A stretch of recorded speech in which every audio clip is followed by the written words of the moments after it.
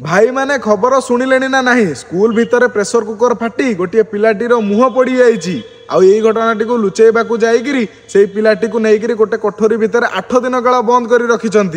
हाँ आज्ञा स्कूल कर्तृपक्ष मैंने 8 दिन काल बंद रखिते से पिलाटी को जार मुह पड़ जाइए आपण मैंने यही वीडियो रे देखंतु। जली जाइथिबा मुह को धरी कांदुथिले छात्र रूम रे 9 दिन काल छात्रों को ताला मारिदेले जाणीदेले प्रदीप माझी कांथ डेई भितरे पशिले कांदुथिला छात्र कहिबाकू डरुथिला किंतु जना पड़िला सत 8 दिन ताको मेडिकल को निया जाइन ताको जोर जबरदस्ती हॉस्टल रो स्कूल रूम रे बंद करी रखा जाइथिला।